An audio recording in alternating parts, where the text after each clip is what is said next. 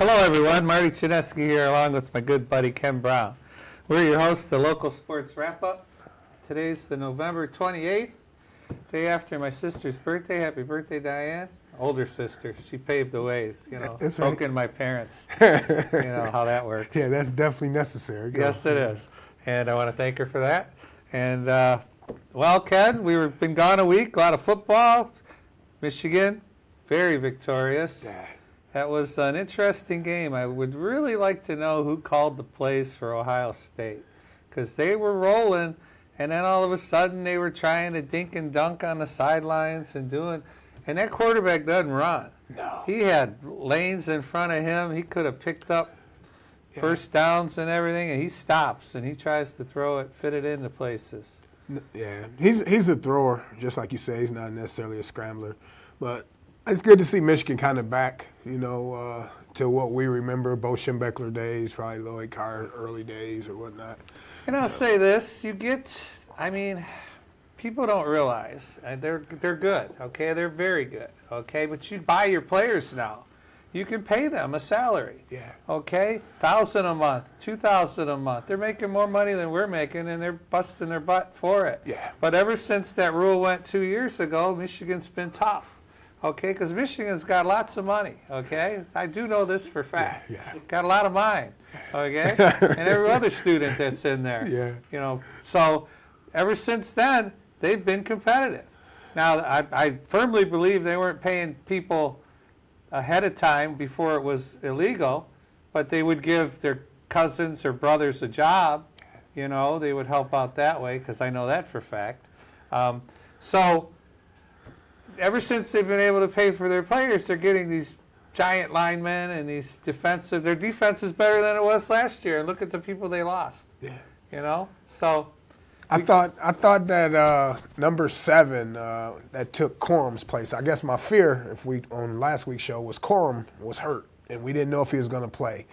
But when number 7, his last name's Edwards, Donovan Edwards. Man, he broke the 85 and the 75-yarder. That just broke Ohio State's back. There's nothing you could do about that. Yeah, so there was people jumping on their couches in Michigan when all that was going on. Yeah, alumni were scratching those checks as soon as you got it. Scratch that and there's check. nothing against paying your kids. The kids at Michigan State, I know, are getting at least $500 a month from their alumni, if not more. That's how it's going to work these days now, and Michigan should be strong for a long time, because their transfer portal, you don't have to wait a year anymore. You just, I can get more money at Michigan, I'm gone.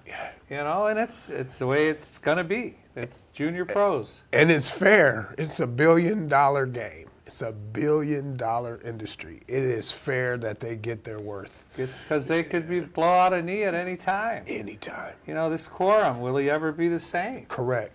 Some of those injuries, he won't be ready by New Year's Day if it's bad. Right. If some of those injuries take months and months and months to heal. Others, a bone will heal faster than they blow out their anterior ligament, Sure. Cruciate? Yeah, cruciate. Yeah. All right, anyway, football, and we've got a lot to talk about. But go Blue. I don't see it being much of an issue this Saturday. Purdue might be all right. I don't know. I don't know much about them. Yeah, you just hope not to have a letdown. Just like last year when you stumped, who was that, Iowa? You need to just go to Indianapolis or wherever they're going and stump someone and get ready for the playoffs. And other than Georgia, everybody looks beatable, right? Yeah. So we'll see. They'll get their revenge. Well, if they're the 2 seed, they won't have to play Georgia till the title game. Yeah, I hope they don't have to play them first. It'll all depend. Yeah. All right. Well, the champs in the high school football at the Ford Field last week. We have 8 divisions. Our local team, Belleville, 35-17 over Caledonia. Yeah. That was a tight game at the half. There we go. 35. We've got Lumen Christi. That's a Jackson Lumen Christian. They beat them 15. They beat St. Francis 15-12. The Gladwin game, 10-7. Gladwin and Frankenmuth had 11 shutouts between them. Between the 2 teams before the game, Yes, and that game was 0-0 at the half, I do believe. And then it's a big score there, 10-7. And Martin Luther King, 56-27. Solid team, King, Detroit King. They finished 11-3. The quarterback Moore is actually going to Oregon. He already signed back-to-back state championships. 5 from the last 8 years. 5 out of 8. 5 out of 8. And I think it's 6 overall altogether. So Martin Luther King's building something. And they ended the season with 2 losses. They lost to Moeller, Cincinnati Moeller, and then they lost to Cass Tech before the playoffs. But obviously they beat up on the competition in the playoffs, so they win the state championship back-to-back. Division III, yeah, definitely. And a solid team. Belleville, again, solid team. It was 17-14. They were trailing at one point in the third quarter. And then their quarterback, it's Underwood. Yeah, it's Underwood. He's solid. I watched some of that game. It's hard to watch that game. It was on at the same time as the Michigan game. Gotcha. So, but there's so many commercials in the college game, and there were hardly any, so you could flick back and forth. Got to see some plays. Got to see kid seems calm and collected, and he's only a Sophomore. And then back-to-back too, right? They win their second straight title. I read where the Caledonia coach was saying that that's the best player that they've played, and he's a sophomore, 6'4", 210. So he's a man already at 15 or 16 years old. There's a kid, Derek Pennington Jr. He's Caledonia's. He's their standout linebacker. Yep. And he said he was amazed at the kid's performance. He said, I thought he was great. He said he was running the ball. He was elusive. He was hard to bring him down. You know, this is a stud middle linebacker. Yeah. You know. And the coach's son. So Oh, yeah. So he had a good perspective. He's probably grew up in the film room, and he knows that kid is legitimate, right? Caledonia's close to Grand Rapids, so you had a nice western part versus I guess we're southeastern. Yeah, Division IV, Grand Rapids South Christian won 28-0, and in Division VI, Grand Rapids West Catholic 59-14 over Nagwani. So there's one other one we didn't have on there, Ottawa Lake Whiteford 26, Ubley. We've talked about them. Yeah. 20. The last thing I guess I'll say about the Martin Luther King thing, other than back-to-back, I was reading where that kid who, Moore, he threw for 275 yards in the game and 4 touchdowns. And he was excited to share his experience with the quarterback on the other team. He said when he played and they lost as a freshman, that Mona Shore's quarterback came to him and said, you're going to do great things, continue to go and work hard at this and this, kind of gave him just like food for thought. And he passed that on to the Muskegon quarterback. So I thought that was like his give back, you know what I mean? Good sportsmanship, yeah. That's pretty cool. Yeah, so that's cool. Excuse me, got several, though, sticking with football, several downriver area football players were earned all-region honors. Through the Michigan High School Football Coaches Association, is the ones that do the balloting here. 21 players from our region earned D3, and we're going to name them all. Okay, it's in Division I. Woodhaven had 3, and they were picked senior linebacker Nathan Blaschek, senior running back Devin Henry, and senior offensive lineman Isaac Perez. Selected in D2, none other than Roosevelt's own junior, Max Biunda. And he's Biondo's a junior? He's a junior. Wow, he had 1,061 rushing yards for a poor team. Not bad. Yeah. No, they got some building blocks for next year. I think he had 14 touchdowns to go with the 1,061. Nice. So that'll be a nice, I guess, workhorse that they can go to next year. That's like 1.5 a game. 1.5. So his over/unders 1.5. When he's scoring. If they start taking action on high school games, we're all going to be in trouble. Yeah, we're in trouble. That's for We're sure. in trouble, yeah. Trenton had 7 players selected, and they should. They were solid and dominated and got through the first round of the playoffs. Right. Senior offensive lineman Logan Michaels, senior quarterback Ty Norgren. Well, we knew he was just because Frank said he's a beast. Yeah. Those were his words. And Ty, he had 1,160 rushing yards to go with 14 touchdowns. Austin Toth, senior defensive back Joaquin Maldonado, defensive lineman senior Michael Alexander, and senior linebacker Dominic Callaway and Derek Anderson. So a bunch of seniors. I don't see a single junior on that whole Trenton. So they're losing 7 solid people. Yeah. And just because of how well they actually did, their coach was also named, he was all region as well. Reggie Glan earned Regional Coach of the Year honors. Nice. Good job, Reg. Just to speak to the point of how much of a dog Titan Oregon is, you talked about the 1,100 rushing yards, but he also threw for 757 yards and 11 touchdowns. So he kept them in the end zone all year. So. Nice, yeah. Good job, Trenton. Carlson had 6 players in D3. Selected were offensive lineman Matthew Hall, Evan Breedlow, senior running back Amari Carter, senior defensive lineman Ben Pitzula, and then senior linebacker Timothy Simmons. And let's not forget the kicker, Kyler Ostrowski. He also made our region. Amari Carter, he racked up some yards, didn't he? Yeah, he did 1,641 yards on the season. 1,600, that's high on the list so far. Yeah, and that with 15 touchdowns to go with it. So. Nice, very nice. And D3 also, Allen Park. Allen Park, Southgate, and Rouge all had 3. Allen Park, offensive lineman Carter Moore, senior tight end Kevin LeBron, and junior defensive back Camden Johnson. Good job for them. Yep. Also with 3 were Southgate, linebacker Chase Barbosa, tight end Ryan McDowell, senior, and then senior receiver Colin Thomas. So one junior in that batch. And the interesting thing is Chase was a selection as a linebacker, but Chase actually rushed for 1,029 yards and 18 touchdowns on the other side of the ball. No kidding. Yeah, as a junior. So. Wow. And then Colin Thomas, he had 779 yards receiving. Not bad. That's good. Not bad. And from Rouge, their junior receiver Nick Marsh, who has committed to state Yeah. so far, along even until he switches his mind, and Michigan pays him better. Senior linebacker Christian Ward-Lewis and sophomore defensive lineman Jordan Farrow. Jordan Farrow. Not to be left out, let's go to the Riverview Pirates in Division 4. The Pirates were led by senior offensive lineman Gabe Landstroner and defensive lineman Austin Lipchip.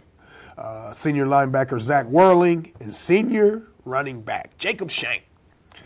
Shank had a few yards, eh? Yeah, I think it's easy to say that Shank led down river in rushing. He had 1,702 yards and 30 touchdowns rushing. 30 touchdowns rushing. Yeah. That's 2+ a game. Yeah, he's automatic, I think. That's 3 a game. Yeah. Because they play 9 or 10. Well, they played a little more. They played 12, I think. But still, that's 2-point whatever. That's awesome stuff there. And their coach, Derek McLaughlin, also earned Regional Coach of the Year honors. Good for him. Yep. When you build a dominant team like they were, you run that crazy quadruple option thing, no one could stop. Yep. D4, Romulus senior defensive lineman Andon Grissom. He earned all region honors. In D5, Flat Rock actually had 8 players that were all region. Well, they were solid too. Yeah, Flat Rock had a really good team as well. Senior offensive lineman Jason Jones, junior tight end Rocco Breslin, junior defensive lineman Mike Boudry, junior defensive back Brian Booms. I think that's a good defensive back, Booms. Yeah, senior receiver Aaron Salazar, senior linebacker Drew Given, and senior defensive back Corey Lannon. To go along with all region from their sophomore quarterback, Graham Johns.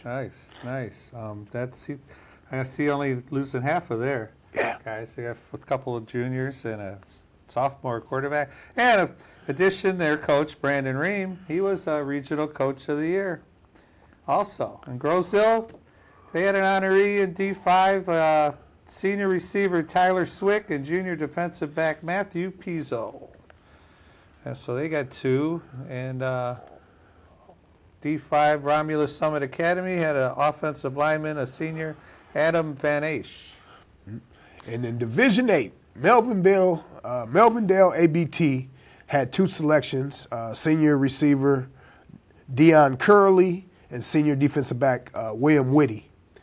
In addition, ABT coach Rock Hall was named regional coach of the year as well. I'm curious I can't even think if Melvindale ABT, their record must have been pretty good because I don't recall talking much about them. The last one we have for D8 was Cabrini senior Carson Bradley. So congrats to the 21 kids that made it and the 4 coaches. They were regional coach of the year. It's something to be proud of, and it's something to build on. You know, you get this thing going. And good stuff there, really good stuff. I was thinking right in the middle of all that rushing, for some reason I was thinking about the Ohio State game. My daughter was happy. Yeah, I know she was. So in soccer, we also have the Downriver League. They released their all-league selections for the 2022 season, and this is voted on a little differently. It's the Downriver League. It's the News Herald, I believe, Downriver League. Woodhaven and Dearborn Edsel Ford, they shared the Downriver League title, and they each had 5 players named to the team. Woodhaven had seniors Dakota Clint and Dominic Lenardi, along with juniors Nolan Smith and Hunter Schnell, and sophomore Cameron Dion. Okay, Edsel Ford 5 honorees for this year were all seniors. Wow. Hassan Alatuli, Lucas Zalik, Salif Yafi, Anwar Almare, and Ali Kawathrani. Very good, sir. For the Jags, Allen Park, senior Lorenzo Erdos and Colin Schlater each picked up all league, and the sophomores Cody Schlater, little brother, Yeah. and Carson Shane. Yep. Carson also had 2 seniors named, Aiden Malik and Nicholas Valdez, along with juniors Kyler Ostrowski and Louise Jazo. Now, Kyler also was all region in football. He's the kicker. Oh. But he's also, all downriver in soccer. That makes sense to have a soccer player as the kicker. I wonder if the games ever he had to not play in a soccer game because he had to kick in the football. I'd be curious to know, or do they not schedule them on the same night as football because everybody loves football so much? Yeah, I believe that soccer plays. When I played high school football, our kicker was on the soccer team, and those games were at 3 or 4 o'clock in the afternoon. So Friday night you play football at 7. Gotcha. So it just come up and kick it. For the Rail Splitters, 3 seniors were named, and then we have Nate Giuseppe, Emiliano Valencia, and Christian Galindo. Okay. Honor from Trenton was the senior duo of C.J. Haddett and Zion Howard. Okay, and then we get to the Roosevelt Bears. They had 2 seniors picked for the All Downriver League team, Damian Smith and Alejandro Nunez. Taylor's all-league selection for this fall was Ignacio Barras. Very good, sir. And the last one, Southgate Anderson, Rogelio Herrera. Yeah. So those are the kids that were selected for the Downriver League, all downriver. That's great accomplishment. Some of them are not seniors. Some of them will be looking to repeat. Obviously, you got to chase Woodhaven and Edsel Ford. They're the powerhouses so far. And Melvindale was pretty strong in that too, but they're no longer in our Downriver League, so that makes a difference. No, congratulations to our football and our football teams and representatives. So, Football and football. okay, football. Yeah, you got it. You got it I right. got a little interesting tidbit here. Wyandottes Marjorie Ballheim. She was inducted into the National Rowing Hall of Fame. Now, her claim to fame is that she was on the first women's team to compete overseas in France in the year of 1967. Okay. She was on the Philadelphia Girls Rowing Club. Okay, now they went over there. Now, from the story I read, the women could not couldn't even compete with rowing clubs. There just was nowhere for them to compete. At one time, there was one California team and those two competed against Philadelphia and California. Okay. That was it, okay? But they sent this team over to France, and they competed in some kind of worlds, and she said, we got slaughtered, okay, against all the European women from all of Germany, all of it, everything over there. But when they came back to the U.S., they planted the seed, and all of a sudden, all these rowing clubs start putting women's teams together. I mean, my wife rowed in 68, 69, Okay. for the E-Course Rowing Club, and went to competitions in Canada, and that kind of stuff. So that being said, she laid her real name was Marjorie Polak, but she married a Ballheim, the funeral guy over here in Wyandotte. Okay. And they were married a long time, and they called them the Vinci Eight. Okay, that was what they were called. But she got inducted into the National Rowing Hall of Fame, and it's really a great honor for her. I believe she's in her mid-70s now. Yeah. And they had the U.S. national team presented these 8 women with their awards this year, and thanked them all for breaking the ground, So one more time for Marjorie. Congrats on a heck of an accomplishment back in the 1967. Wow. It's still relevant today. And they put their picture of all of them. Here, take a quick peek at that. There's all them youngsters. Isn't that something? Yeah. 1960s. They got the hairdo going, that's for sure. Yeah. But it was cool. I think it's very cool. Great article. It was in the News Herald. Take a peek at it if you must. It's a good read. It really was. Yeah. And basketball's kicking off. Yeah. Boys and girls basketball are getting started this week. Yeah, it looks like Edsel Ford will play Melvindale on November 29th, so that's tomorrow. That's the boys? That is boys basketball, Edsel and Melvindale. And then December 6th, it looks like it's going to be a full slate. Intercity Baptist against Lincoln Park, Edsel Ford versus Fortson, Carlson versus Flat Rock, Melvindale versus Allen Park, Monroe Jefferson versus Southgate, Redford Union versus Taylor, Riverview versus Trenton, and there they go, Wyandotte versus Grosse Ile. So that's all on December 6th. That's the big opening day. I'm guessing. It's going. You know what? That's our opening day at bowling. Oh, the 6th? The 5th is, but we have a bye because there's 9 teams in our league. Okay. So that's our opening day, the 6th, and we kick it off. How you guys looking? Okay, I'm not going to complain. Right now, I mean, we practiced Monday, Tuesday, Wednesday this week, maybe Thursday, and we're definitely going to work on our corner pins. I've been getting new equipment for some of the girls. I moved my runner, Lauren, from 13 to 15 pounds. Okay, that's a big chunk, 2 pounds to go at once. But she doesn't throw it hard.